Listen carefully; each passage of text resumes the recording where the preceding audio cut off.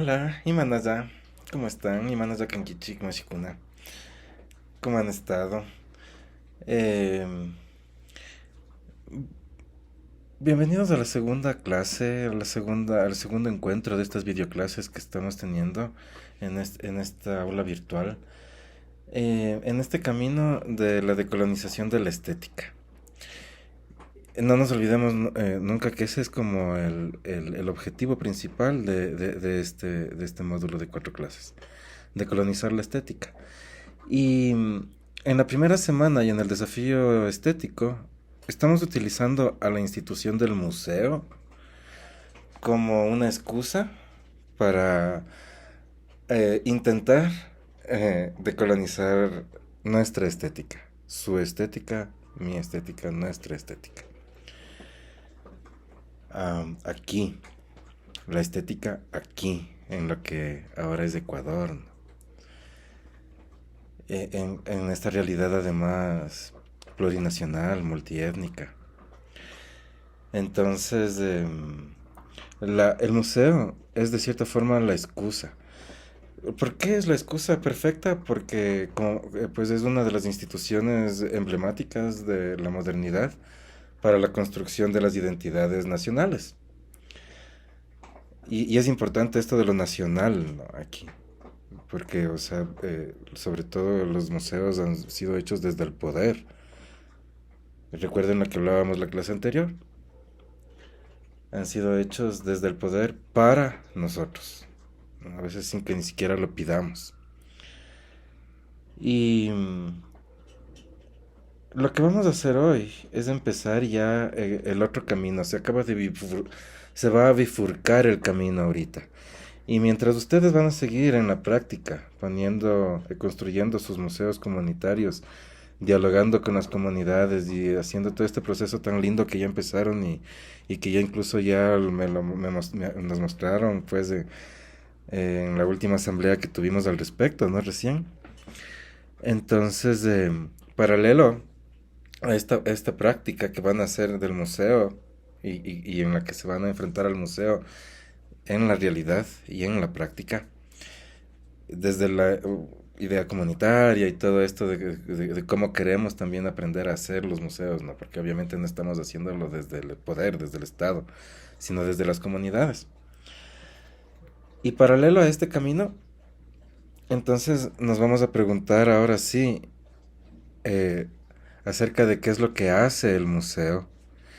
Y no solo el museo, sino que lo hacemos todos en general. El museo nos trata de enseñar la forma correcta de hacerlo, pero todos lo hacemos instintivamente. Y es esta pregunta de cómo nos representamos unos a otros, cómo nos representamos y cómo nos interpretamos mutuamente. Am, y cómo esto no es una pregunta inocente, no es que nos inocentemente nos representamos e interpretamos mutuamente, sino que está atravesada siempre por esta economía política que hablábamos la semana anterior también, ¿no?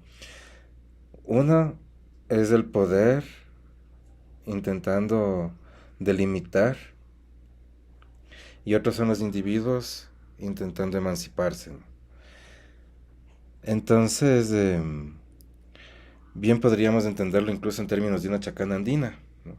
Una cruz andina, una chacana, en las que horizontalmente nos representamos mutuamente, tal vez en igualdad de condiciones, incluso, se podría decir en el espacio público, yo que sé, me represento a mí mismo por cómo estoy vestido y por mi identidad, ¿no es cierto? Lo que expreso de mi identidad.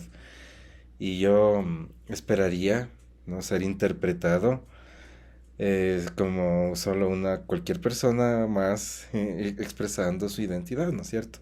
Pero lastimosamente hay un eje vertical de político en el que ciertas identidades han sido consideradas mejores y superiores, más bellas o más inteligentes que otras, que han sido consideradas incluso, que han sido puestas como menos bellas o menos inteligentes o menos importantes.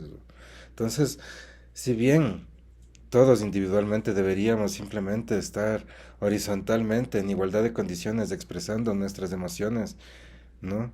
Nuestras subjetividades, expresándolas en el espacio público, representándonos y autorrepresentándonos para los otros y encontrándonos entre los que nos parecemos, ¿no?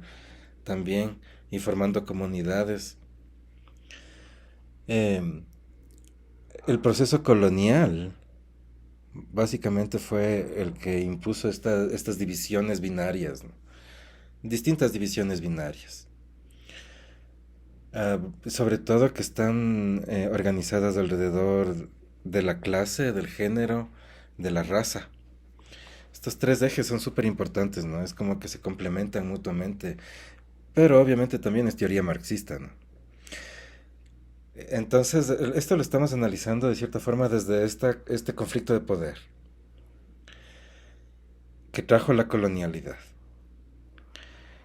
Entonces pensemos en estas divisiones, por ejemplo, entre hombres y mujeres. No es que nos representamos mutuamente en una relación horizontal, ¿no? Sino que ya estamos atravesados por estas divisiones del mundo que se impusieron en la modernidad, como la división entre lo femenino y lo masculino, poniendo siempre lo masculino encima de lo femenino, lo masculino llamado a conquistar y dominar lo femenino, lo masculino como el dueño del espacio público, ¿no? Y de la palabra, y lo femenino relegado a la casa y a la crianza de los hijos y a la cocina. Y toda esta división, o sea, no solo fue como, o sea, de representaciones, sino de lugares que podemos ocupar en el espacio. Estas divisiones, ¿no? La de raza creo que es súper obvia, ¿no? O sea, poniendo siempre lo blanco como superior y lo indígena, mestizo, cholo, como inferior, ¿no? Inferiormente, por ejemplo, estéticamente inferior. Y a eso es a lo que vamos con esta decolonización de la estética, ¿no? A preguntarnos justamente sobre qué es lo que ha sido puesto, impuesto, sería mejor, qué es lo que ha sido impuesto como lo bello y qué es lo que ha sido impuesto, relegado como lo feo, como lo no bello. Y cómo eso cambia con el tiempo y cambia dependiendo de las relaciones de poder, ¿no? Cosas que de pronto podrían ser consideradas bellas ahora, tal vez no eran consideradas bellas hace, yo qué sé, 100 años, 200 años. Entonces, este concepto, ¿no? De cómo la belleza se construye socialmente, pues va a ser súper importante como en este otro tejido paralelo al del museo. Y el museo es una institución justamente que reafirma lo bello, ¿no? Los museos de arte, por ejemplo, ¿no?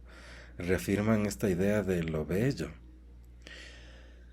Y no hay museos de lo feo, por ejemplo, ¿no? Eh, Tal vez museos de lo feo como museos de lo raro, ¿no? De lo monstruoso. Que hay museos de lo monstruoso, pero considerado como lo abyecto, lo feo, lo malo. Am, y lo importante es, sobre todo ahorita, darnos cuenta de cómo esta estética no es inocente, como esta mirada sobre lo bello y esta discriminación que hacemos visualmente entre lo bello y lo no bello no es inocente para nada. No es que, no es que somos así y así nos criaron y no. Esta idea fue construida, ¿no? Fue construida, estas divisiones son todas construidas y se produce, ¿no?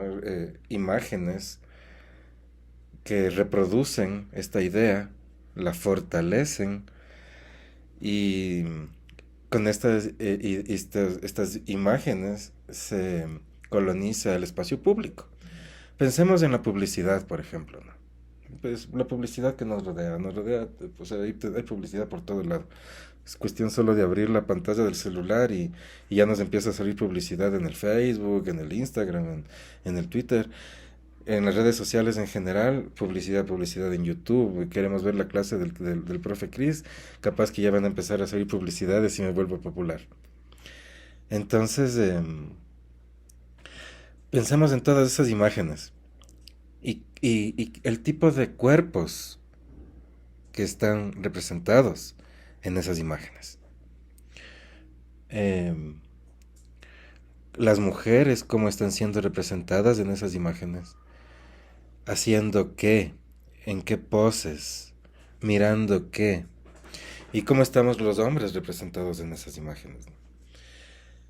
Am, en fin, para ejemplificar esta idea de estas divisiones y el cuestionamiento, sobre todo que desde el arte siempre se ha hecho, eh, así sea de forma marginal, el arte moderno siempre ha cuestionado estas divisiones de una u otra manera.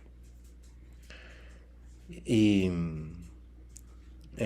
estamos usando algunos ejemplos y yo quisiera ahorita tejer entre estos ejemplos esta idea de cómo estos ejemplos están hablando de estas divisiones del mundo, ¿no? Am, y cómo de esa forma están tejidos estos ejemplos que les estamos dando, estos ejemplos desde el arte tan, em, se podría decir que no tiene nada que ver, ¿no? O sea, si estamos pensando en Kara Walker, ¿no es cierto? En esta artista negra estadounidense que hace estos grandes murales. em, ¿Qué tiene que ver ella con Atahualpa Yupanqui, ¿no? Este compositor, cantautor chileno. em, y con el colectivo alemán que está cuestionando los monumentos. Pareciera que no tienen nada que ver entre ellos, pero con ellos lo que estamos es ejemplificando artistas que cuestionan críticamente esta división del mundo, estas divisiones binarias del mundo, pero sobre todo esta división binaria del mundo entre lo feo y lo bonito, en la que lo bonito ha sido puesto como mejor, más importante y llamado a dominar a lo feo, que es la idea colonial, de cierta forma, y el lugar al que hemos sido relegados en esta división del mundo. Hemos sido relegados al mundo de los bellos, como se diría por ahí, al mundo de los bellos al que no pertenecemos, o hemos sido relegados al mundo de los feos. Ah, y es importante eso para nosotros, cómo nosotros nos ubicamos en relación a ese lugar que ha sido asignado a nosotros por el poder. Vamos a reproducir y fortalecer ese lugar que ha sido asignado para nosotros, o vamos a cuestionarlo y emanciparnos de ese lugar que ha sido asignado para nosotros. Kara Walker lo hace cuestionando, y esto es lo bacán de Kara Walker, que no solamente cuestiona las formas, digamos, em, entre los cuerpos blancos y los cuerpos negros, y la división entre bellezas entre los cuerpos blancos y los cuerpos negros, sino que lo hace apoyándose en la historia del esclavismo en Estados Unidos. Entonces, este comentario que hace Kara Walker es súper relevante, ¿no? Porque no solo nos muestra como, o sea, lo obvio visualmente, sino que lo carga de historia y de significados y de referencias culturales que cargan estas imágenes de un montón de significado. Entonces, voy a compartir al escritorio ahorita como para ir hablando del trabajo de Kara Walker un poquito en función de este mural, ¿no? Que está en su material.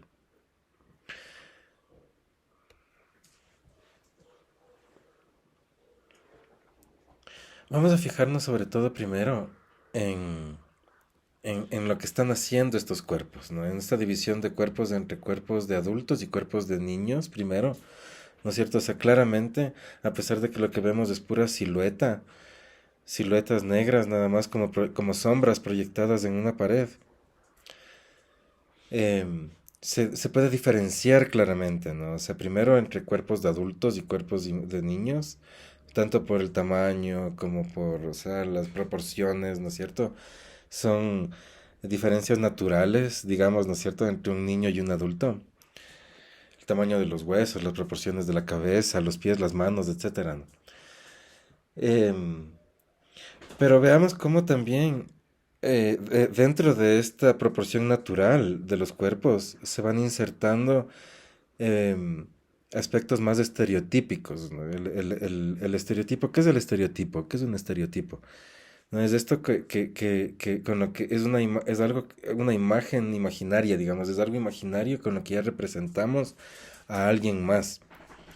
Entonces, aquí, por ejemplo, podemos ver que los cabellos, por ejemplo, los peinados estereotípicos, a través de estos peinados, a través de de estos labios, ¿no? De estas narices, estereotípicamente caricaturizadas, exageradas, exageración del estereotipo. Vamos representando también y podemos claramente diferenciar entre cuerpos blancos y cuerpos negros. A pesar de que todos son siluetas, de nuevo, ¿no? Pero empezamos a diferenciar no solamente los adultos de los niños, sino también los cuerpos blancos de los cuerpos negros. ¿Y qué están haciendo cada uno de ellos, ¿no? ¿Cómo están vestidos? Cada uno de ellos. Esas sutiles diferencias, ¿no? De cuál está descalzo, cuál tiene zapatos.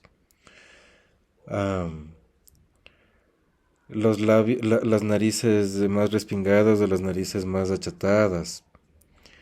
Y todo eso expresado, estos peinados que se nota, o sea, el pelo rizado, ¿no?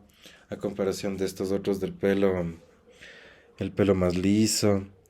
Y cómo podemos, o sea, diferenciar y cómo los vamos cargando de significados en función de lo que nosotros también, cada uno de nosotros, ¿no? Cada uno de ustedes también ha visto en su realidad, ¿no?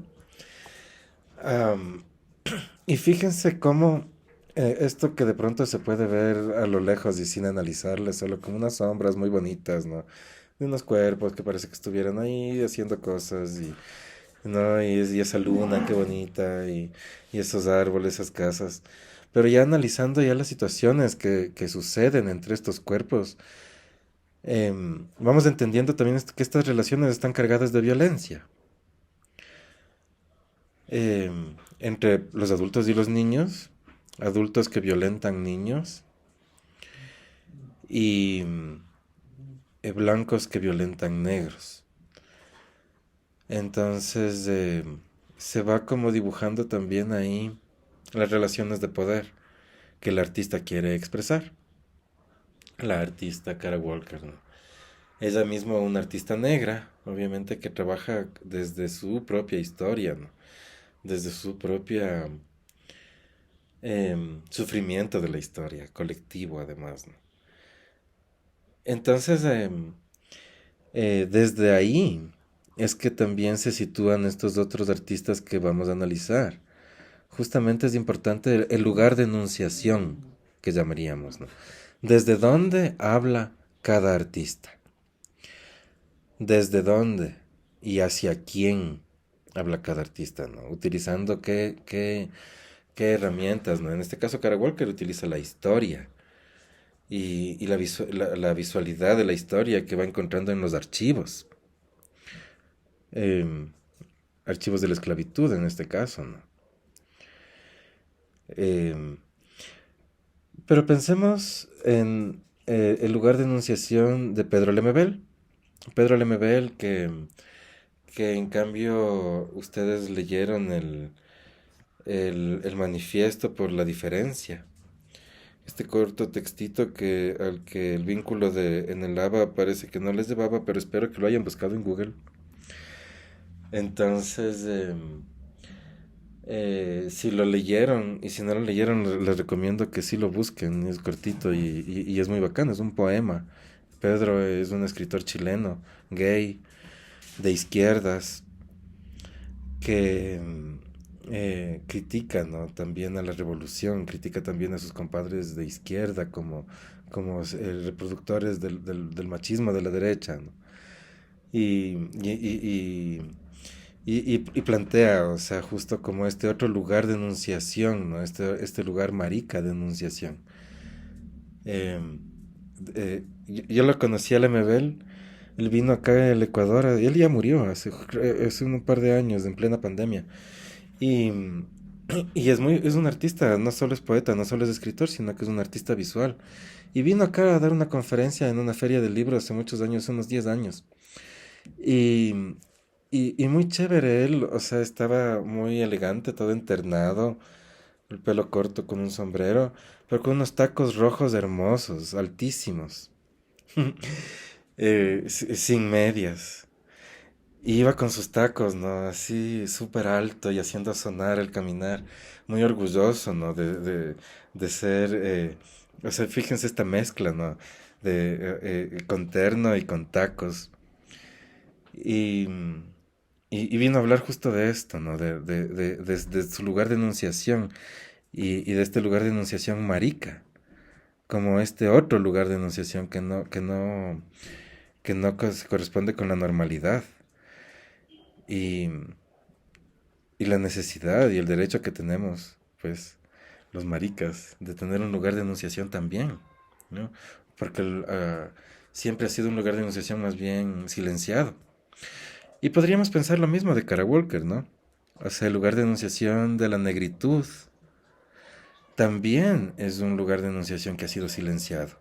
Ha sido silenciado en la historia, ¿no? Por ejemplo, o sea, la historia no habla, o no hablaba por lo menos hasta recién en que hay gente que está estudiando y investigando estas cosas. Pero la historia no hablaba desde los maricas, por ejemplo, desde el punto de vista marica. La historia no ha sido escrita desde el punto de vista de los negros esclavizados. La historia aquí en el Ecuador no ha sido contada todavía desde el punto de vista de los indígenas colonizados. Todavía estamos viviendo las historias que nos han escrito los colonizadores, los que ganaron las guerras, ¿no? Entonces, de ahí parte como esta importancia del lugar de enunciación, ¿no? ¿Desde dónde cuento yo la historia? ¿Cuento yo desde el lugar del ganador de la guerra, del que llegó a dominar a todos, el que se encargó de destruir toda referencia a, a los maricas en la historia, por ejemplo, en la arqueología? O sea, toda la arqueología am, precolombina y todas las referencias a la homosexualidad ahí. O sea, todo eso fue siempre silenciado, ¿no? Por el colonizador y por sus divisiones del mundo, ¿no? Esta división del mundo hombre sobre mujer ahí se impuso a como de lugar.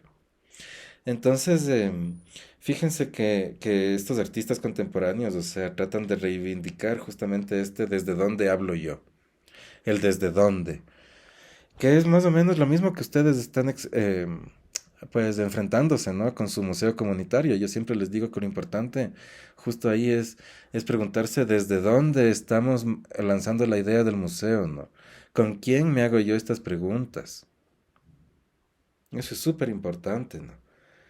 ¿Con quién, junto a quién me hago yo estas preguntas? Ah, ahí entra la hermosa canción de Atahualpa Yupanqui también, ¿no? En el sentido, o sea, justo de que por lo general, o sea, estas personas, estas poblaciones que han sido subalternizadas, ¿no? Em, Discriminadas, excluidas, han sido también por lo general desarraigadas, ¿no?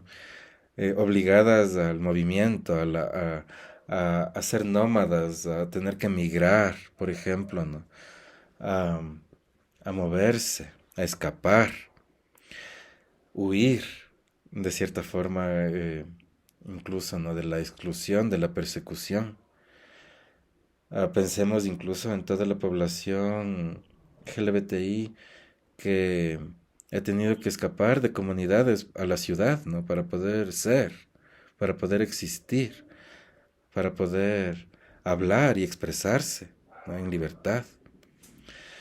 Pensemos en todos los migrantes económicos, ¿no? O sea, que por ejemplo, ¿no? En toda o incluso más atrás y ya pensando otra vez en Cara Walker, pensemos en ese viaje justamente del África a América en los barcos negreros, ¿no? Que tuvieron que enfrentar millones de negros traídos de esclavos.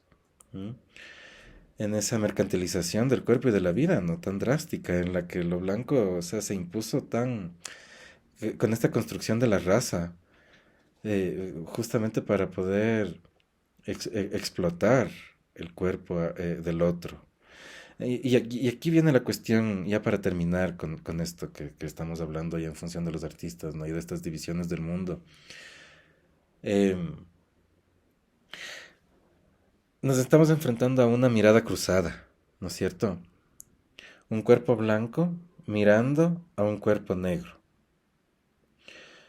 Y juzgándolo de tal forma, racionalmente, ¿no? Tratando de explicarse a sí mismo la discriminación a la que le va a subyugar, justificándose a sí mismo, ¿no? Entonces la primera justificación, cuando recién vinieron los colonizadores de América, recuerden cuál era, ¿no?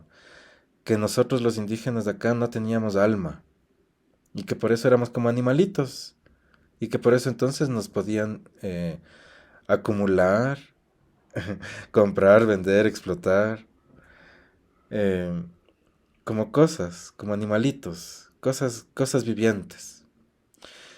Entonces, es un juego de miradas, ¿no? Pero obviamente yo puedo mirar de vuelta. No solo puedo, lo hago. Yo también tengo ojos, soy humano. Entonces miro de vuelta, ¿no? Desde mi lugar, acá abajo donde me han puesto, ¿no? Y miro de vuelta al que me puso acá. Y la situación en la que estoy, ¿no? Y la diferencia entre mis condiciones de vida y la del resto. Y, y puedo expresarlo también, ¿no?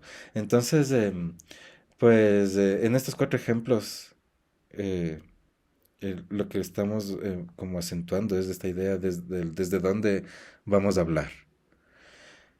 Tómenlo en cuenta con sus em, tareas, con su desafío comunitario, ¿no? Tómenlo en cuenta con con el museo comunitario que están haciendo, siempre este lugar de enunciación, ¿no? ¿Desde dónde estamos planteando nosotros el museo? ¿Desde dónde nosotros estamos planteando esta definición de lo que es bello y lo que no es bello? Que a la final es también lo que nos traía hasta aquí y que es lo que vamos a seguir preguntándonos a lo largo de las próximas 2 semanas también, ¿no? ¿Cómo se define? ¿Quién define esta idea de qué es lo bello y qué es lo feo? ¿Y, y es acaso definido históricamente a través de la producción, circulación, reproducción de estereotipos que fortalecen estas representaciones construidas desde el poder sobre los otros? Esa es la pregunta central del semestre, ¿no? ¿Cómo se construye esta representación de los otros? ¿Es natural, cada cual así natural e inocentemente lo hace desde el nacimiento? ¿O es algo que nos han inculcado, sin palabras incluso, no solamente en estos juegos de miradas en los que estamos envueltos?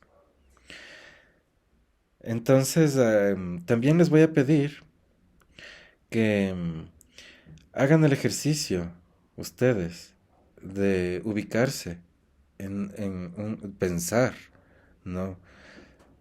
Pensar, situarse. Pregúntense así, ¿cuál es mi lugar de enunciación? ¿Desde dónde estoy hablando yo? ¿Desde dónde dentro de la comunidad estoy hablando yo? Y conversen al respecto para su desafío estético del museo. Em, Solo quería mencionar que con respecto a las tareas, tienen una tarea pendiente de la semana uno que han entregado solamente 3 personas, 3 o 4 personas. Entonces, y eso todavía no está la fecha virtualizada. hemos conversado con los profes y lo que vamos a hacer es virtualizar esto hasta el 16 de septiembre. Entonces tendrían en realidad casi como 3 semanas para realizar todas las tareas, desde la primera hasta la cuarta. La cuarta va a terminar justamente por esas fechas. Entonces, van a tener todo este tiempo para poder realizar todas las tareas. De cierta forma estamos experimentando con esto. Si es que tal vez a alguien se puede pegar todo el curso en una semana, haciendo las tareas, haciendo las lecturas, haciendo los ejercicios, si es que tiene tiempo, bien lo podría hacer y ya deja entregado todo, o a lo largo de estas 3 semanas ir entregando poco a poco, o incluso, y no recomiendo, pero es una posibilidad que no recomiendo, pero se podría dejar también para hacerlo todo al final. Entonces, las tareas a partir de esta semana, las 2, 3 y 4, van a ser cuestionarios. 5 preguntas que yo les voy a hacer sobre lo que acabo de decir, básicamente. Entonces, les podrían responder incluso ahorita terminando, haber terminado de escuchar la clase, la videoclase. Son preguntas que van a tener que ver con la idea justo de la división del mundo, ¿no? En esta estética colonial, entre lo bonito y lo feo, lo blanco y lo negro, el hombre y la mujer, y todas estas divisiones binarias de la modernidad. Y sobre el trabajo de Kara Walker, que hablábamos desde la historia, ¿no es cierto? Y, y etcétera, de todo lo que hemos hablado. Entonces, eso, Mashikuna, para mí es un placer seguir con ustedes en este proceso. Si es que tienen preguntas, dudas o lo que sea, simplemente avisen y podemos arreglar una tutoría. Puede ser sobre estos temas o sobre el cuestionario, sobre lo que hemos hablado, sobre el material que tienen de lectura, que es bastante. Entonces, yo obviamente no he repetido aquí el material, simplemente estoy confiado en que ustedes van a, a leerlo y consumirlo por su propia cuenta y en su propio tiempo. Eso, Wambras. Entonces, yo me despido. Shukpun Yakaman. Para mí es un placer estar con ustedes y nos vemos la próxima semana.